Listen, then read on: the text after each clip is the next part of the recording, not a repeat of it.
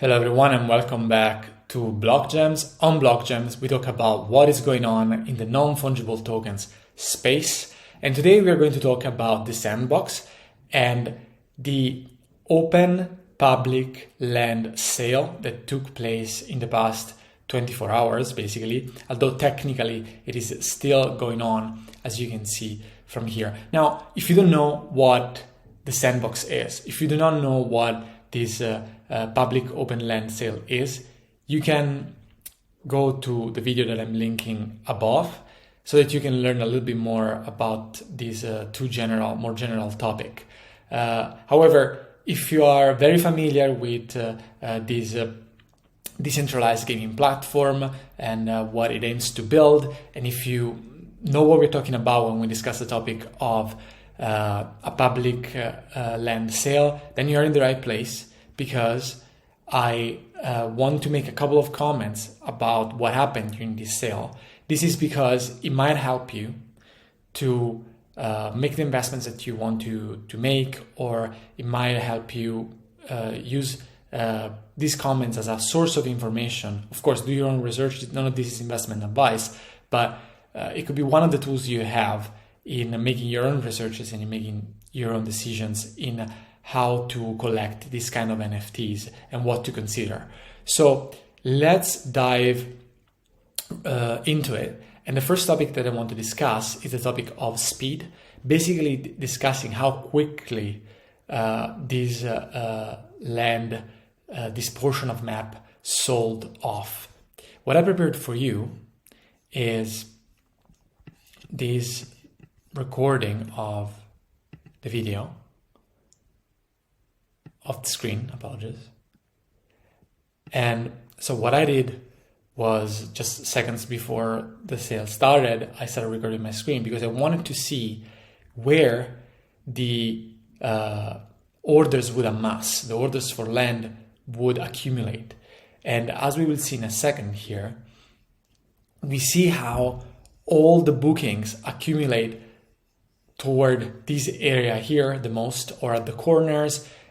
So, of course, as it would be for the real world, location, right? Location is important, and you want to be as close as possible to the action. And naturally, the larger estates represent important hot spots for points of interest, so to speak. What surprised me, though, is that this point of interest here, this massive coin market cap estate, collected much more interest than the SANDBOX estates.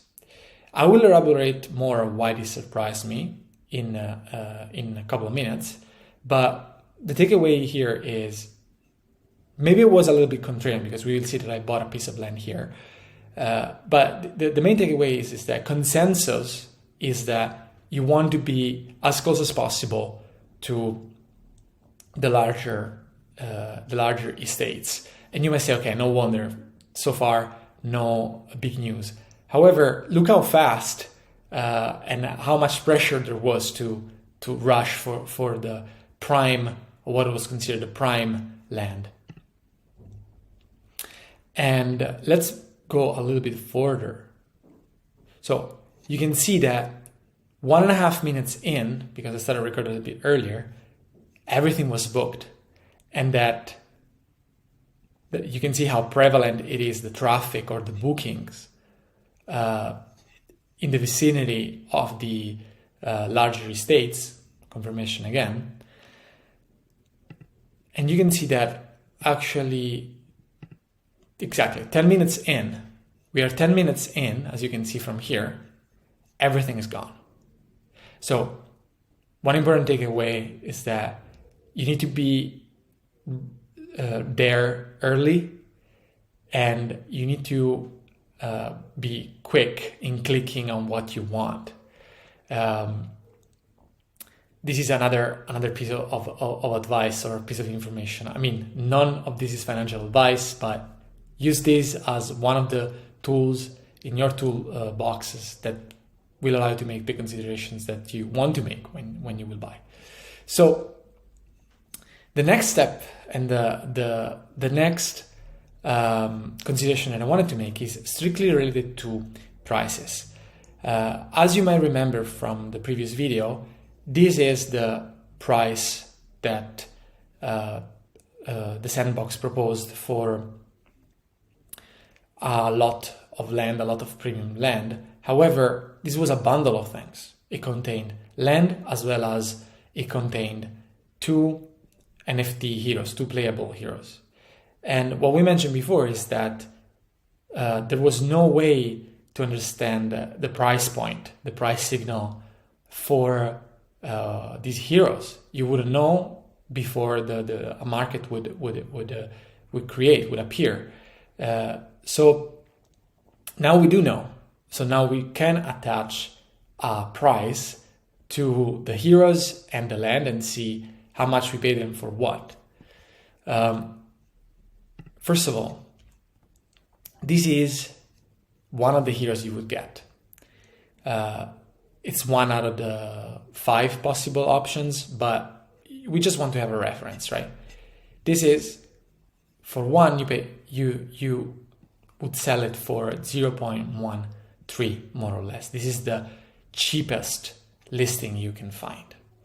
If you have another hero, I looked for the cheapest ones, 0.7. This is the one that matters because here it's a bundle of 2, so that doesn't count. But for one, the cheapest you would find is 0.7. Now, 0.7 plus 0.13, basically 0.2 Ether. Now let's remember that what we paid in sand at the time, just a few hours before the sales, this amount corresponded to 0.38, which means that 0.2 out of that 0.38 that you paid went to the heroes. Now, I don't know if this is a coincidence or not, but if we go look at the prices of premium land, just the cheapest premium land you can find, these are the kind of prices you find. I don't think it's a coincidence. So we are in that range. It means that this is the actual price, the average price of premium land. What does this tell us? And this is the second point that I wanted to make. That if you are interested in just buying a piece of premium land just to have a ticket for your entry ticket to the world of the SANDBOX, then maybe it's not the best idea to participate to a public sale. Maybe not necessarily you need to go find an opportunity in the public sale, because maybe the secondary market already gives you what you want for a price that might make sense for you. Again, just sharing my thoughts, not recommending you to do anything. At the same time, this is not the price you would pay, trust me, for the lots of lands that are right at the edge of a large estate. And this is because if you go down in the secondary market and you see what at least the market considers premium locations, the prices are much higher. So maybe it does make sense to participate to these primary sales when you want to pick the locations, and when for you it's not a problem to receive a bundle with other stuff that then you want to sell later. Now, I also want to take another look at prices in an historical perspective. This is what I found in an old document. This is at least 8 months old, and I couldn't find it anymore on the internet.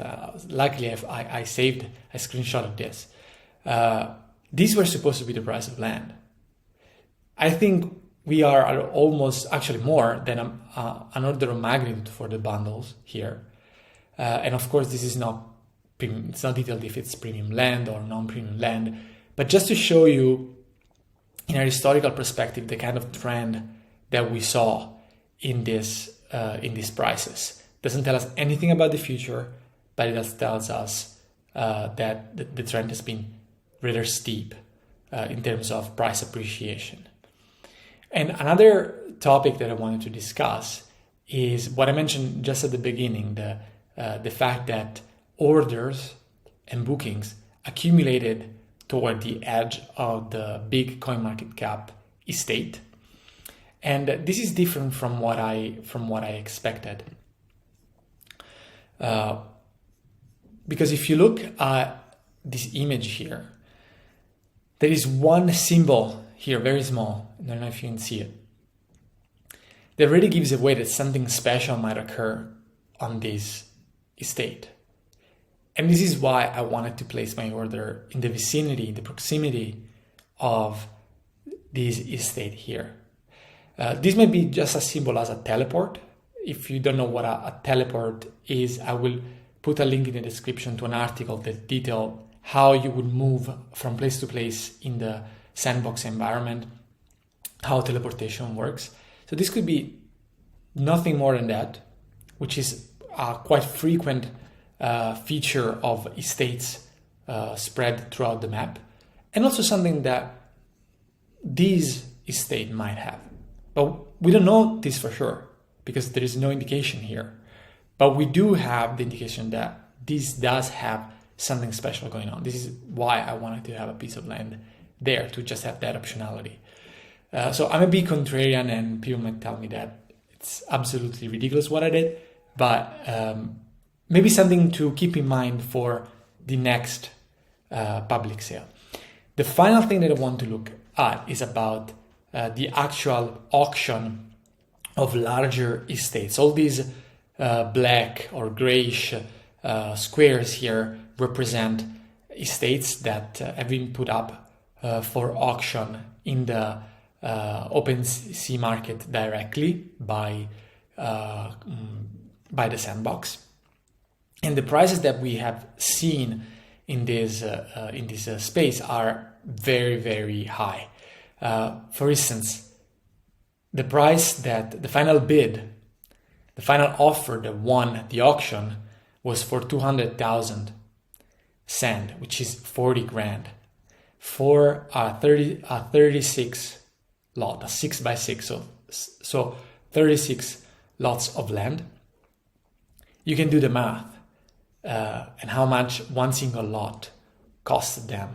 Of course, these are lots that are all joined together in prime location. It might be well worth it. Just something on top to consider when you might be thinking, oh, I'm maybe overpaying for a lot of land. Look up what other people are also paying and for what. Also, another example here. This is a much larger lot of land for almost $80,000 for 144 pieces of land. So this is all public information, all bits and pieces of data that we can use to assess how much we should pay for a piece of land. Now, I hope that this video has provided you something informative. If that's the case, please subscribe to this channel and smash the like button. This content is only possible if you support the channel, and please do so. So thank you very much for watching this, and we'll meet in the next video.